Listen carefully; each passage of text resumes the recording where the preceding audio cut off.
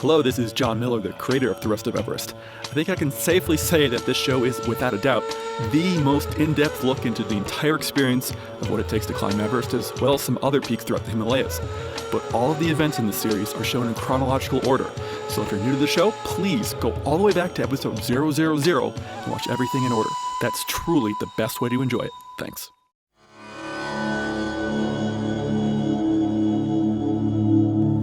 This is the Rest of Everest video podcast, an almost unabridged expedition experience. Episode 180, Tong La. Hey. Hello again, everyone. Welcome back to the Rest of Everest. I'm Jon Miller. This week, we have a small group. We've got Shaquille, Roger, Jill, and Christine joining me. How are you guys doing today? Hey, John. Doing good. So we're going to continue the drive back to Kathmandu, and in this episode, we actually get to see a couple of cool things. We get to go up to a pass, see some more 8,000 meter peaks, well, at least one 8,000 meter peak, and then we get to go underground. So we get to go from a very high altitude to another very high altitude, but that high altitude, that second one, happens to be underground. And get to see some cool stuff, and there's even a little blood spillage in this one, so all kinds of stuff coming up in this episode. But let's head back up to the Friendship Highway, and let's get back into the vehicles and head towards Tong La Pass. So here we go.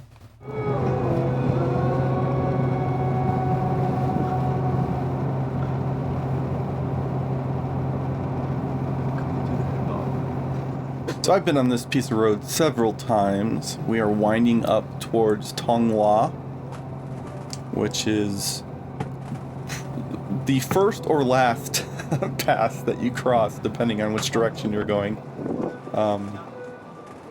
And I think it's about 15,000 feet, something around there. It's 5,200 meters. Oh, so it's higher than that. Okay. So it's a high one, but it's where you get to see that. Here we're speeding up here a little bit. Is where you get to see the great view of Shishapangma, which is the lowest of the 8,000 meter peaks.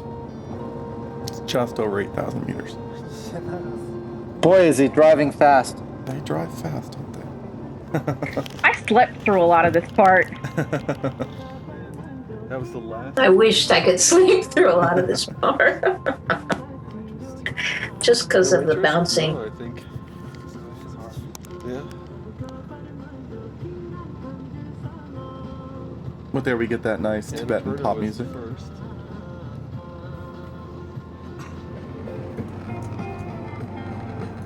And Lop Song's sleeping through it.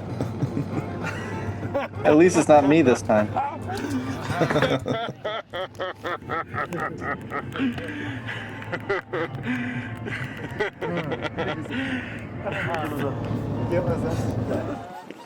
All right, so here's Tong La.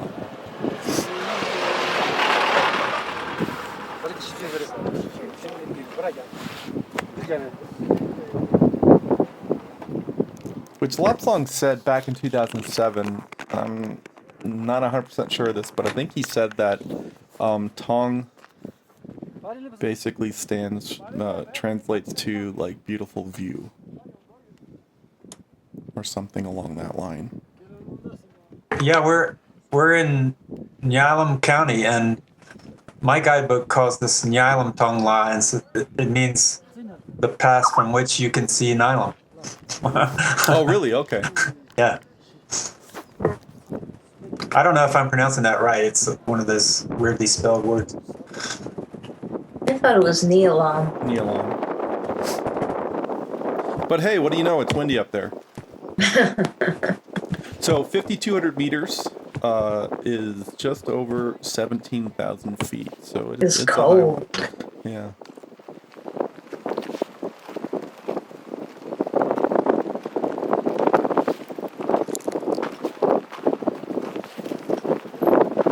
But once again, you put the prayer flags up and you don't take them down. You let them disintegrate. So there's always, at these passes, there's always just throngs of prayer flags. It's always a lot of fun to photograph.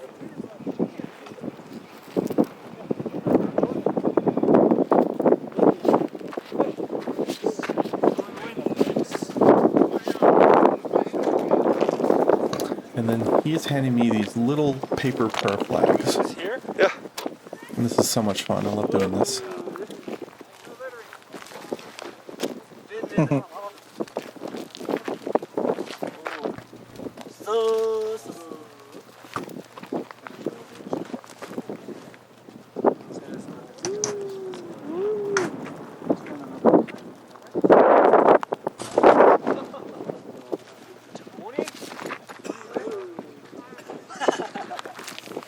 Did you guys all get a shot at that? Did they hand them out to everyone or just to a few? No, I missed I didn't out. get a chance to do it. No, Yeah, John, I've been cursed ever since. Yeah. Bad things just happen all of a sudden. I have no idea why. I think it's back to the prayer flags. It all has to do with that. I caught yours and threw them again. I like their technique though. I like the open palm technique. I know they do so Well, well. John, there's many techniques here, and it would take Shaquille. too long to explain to you on all the different techniques, but just go with the basics, I think. How would you know? Because you didn't even get a chance to do it. I was training everybody how to do it, Okay, and I that's see, that okay. time.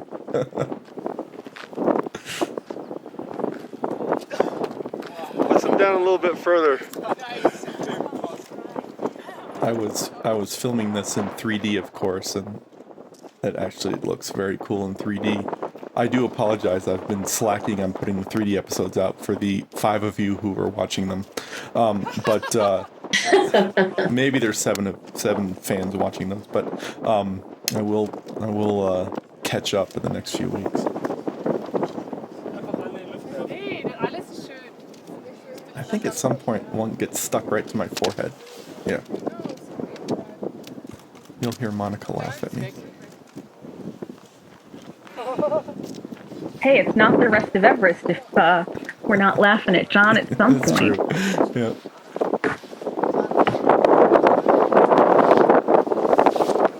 So basically, this is this pass is important in the itinerary of the trek because when you're heading back to Kathmandu, this is the final high point. After you cross over this pass and head down, it's all downhill. Straight, free fall. Yep. As they say, John, it's all downhill from here. It's true.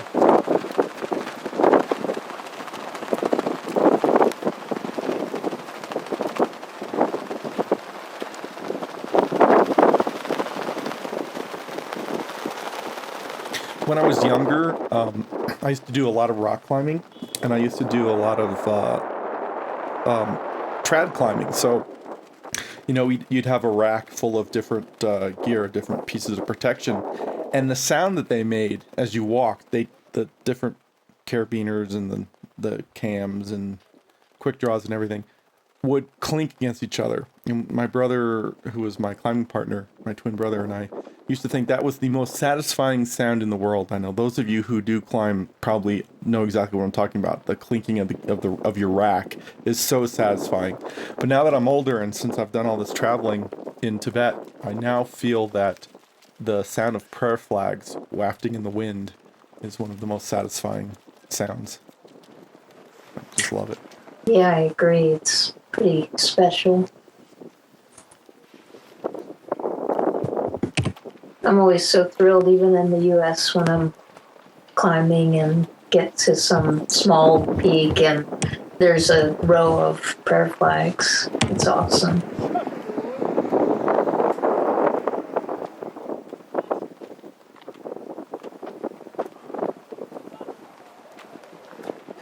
I always try to spin around with the camera at these, but at 17,000 feet, 5,200 meters, not always a great idea. You're always a little lightheaded anyway. Now I'm staggering backwards.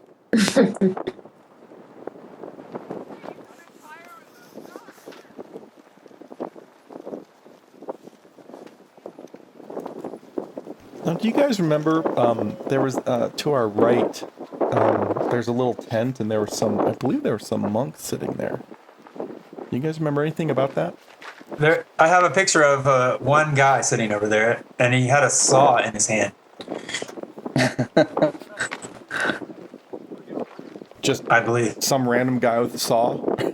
No, he's a carpenter. Looks like a There's a lot of wood. He looks like a Tibetan monk, I think. His clothing. I'll send it to you.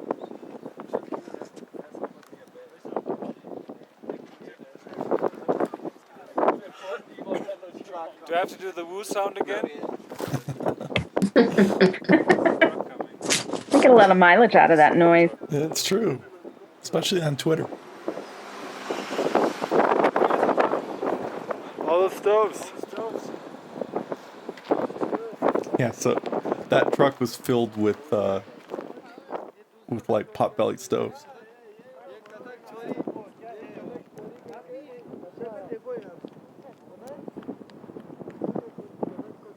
So to my back right now as I'm filming is Shishapangma. I think I flip around in a second here. Okay. So in the distance there is Shishapangma. Again, the lowest in altitude of the 8,000 meter peaks, but ironically the last to be climbed. And this was our only view of that mountain. Am I correct about that? On this trip? No, we saw it just ever so briefly after Pongla, the pass where we first saw that nice view of Everest. Before the trek, that's right. But that was actually descending from the pass. You could see it very briefly. Gotcha. But Shishapang was really cool in the for the fact that it is the only 8,000 meter peak completely within Tibet. Everything else is on the border. So in the distance there, you see some like there's actually some prayer wheels that are wind powered. There's Jill and Stefan. Stefan. Sweetheart. Yeah, Shishapangma is where a lot of the people who were at the recent avalanche, were trying to climb, but I guess the borders were closed to Tibet. Mm-hmm. So now we're further down the road. We descended from the pass, and we're going to go visit a holy cave. And we parked in front of this billboard for China Mobile, which I thought was one of the scariest looking billboards I'd ever seen. It just, made me want to run right out and buy China Mobile. But it made Shaq happy because it meant he might have a signal. He might have signal.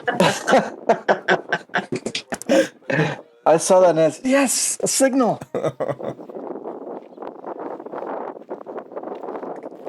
So I had never been here before. This was there's a sign coming up here. The Milarepa Cave? I'm probably butchering the pronunciation there, but... No, you've got it right. Okay. Do you know much about this? Do you remember? Milarepa is...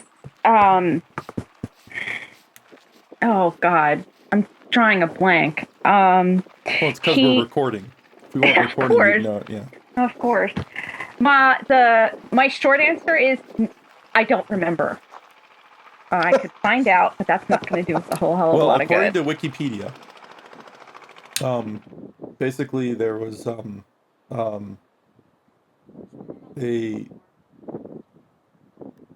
let's see.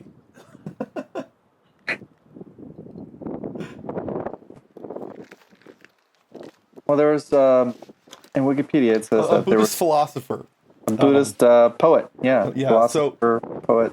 He spent a lot of time meditating in this cave we're about to visit, back about 1,000 years ago. And there's a little village down there, this is just a really beautiful little valley, very peaceful. And so there's this little monastery right there that protects the cave and looks after the cave. And you can visit the cave, and I do get my camera inside in just a little bit. But what I found interesting was that actually the Chinese government kind of built all this up in the 70s, I believe, which just seemed very, very strange. That's how they get their GDP numbers so high. Okay.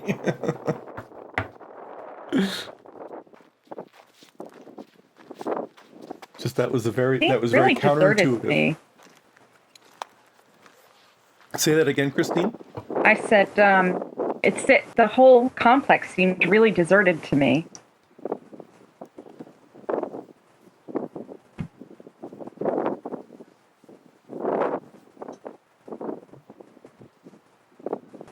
So there's the residence right there. That's the hotel from later. You call that a residence? That's the hotel? Yeah, that's That's the I Neil. hotel. thought that, okay. Well, I'll take that out. I think so. Maybe not. I know because that was Took the it, yeah. loveliest of hotels, if I might say, that we stayed at. Or that I've stayed at in the Himalayas, period. Oh no! I meant just come straight through here. Try to go Guys back. just weren't working with me. I wanted people to walk right over the camera. Oh, here, let me get out of your way. And still he walks off. Oh, And then Tilo has a funny little walk. I don't know what Tilo was doing there. Then Roger steps up the bat here.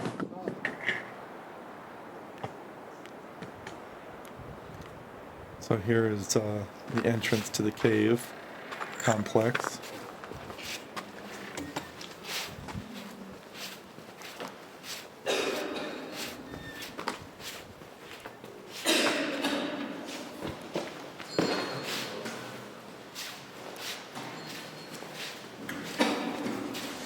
The whole thing was a little bit bizarre to me. The construction just seemed so bland.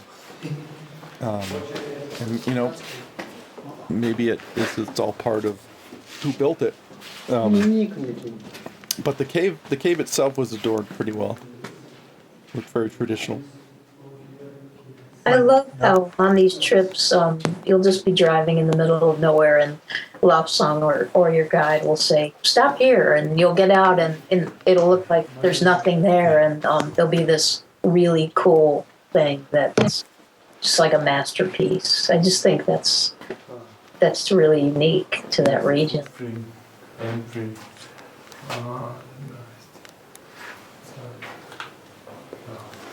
So apparently here there's marks in the ceiling from where the poet philosopher he left some marks in the ceiling, and there's also apparently a mark on the floor where he sat to meditate. So it's all very special. I really wish I knew more about it. I know nothing about it, obviously. Christine knows a huge amount about this. I mean, she's like an expert. She just doesn't remember any of it right now. I wouldn't say I'm an expert. I'm just making fun of you. She studied this. She's wrote books on it. She doesn't remember any of it right now, though. I think asking Professor Wikipedia was a good idea. Yeah. How do you, is this one Milarepa, R-E-P-A? Uh-huh. Because there's another cave with the same name on the Annapurna circuit that It's the same person. Oh, the very same cool. person, yeah. I did read a lot about that. I actually did that hike. It's pretty great. And I said, stop being ashamed like a girl and putting your eyes down. Open your eyes and look at me. And that did the trick, sort of, kind of. It did. It did the trick. And the other people laugh.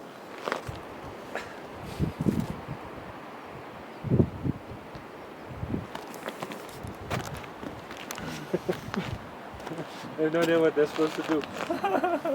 Say Yahoo and jump backwards. I'll need to jump for it. Yeah. I am Sherpa. yeah, he was Well, from what I remember about the cave on the Annapurna, I mean, he became a pretty renowned dude and stayed up there and just came up with all kinds of cool Buddhist philosophies. And Oh, nice. He has got the training also.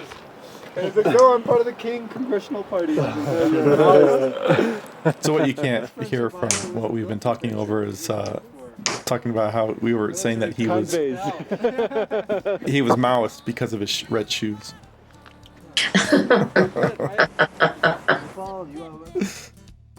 Making fun of him. So actually, what you didn't see, I hinted to it in the intro, but there was blood spilled at that cave. Nicole fell, and I wasn't actually right there.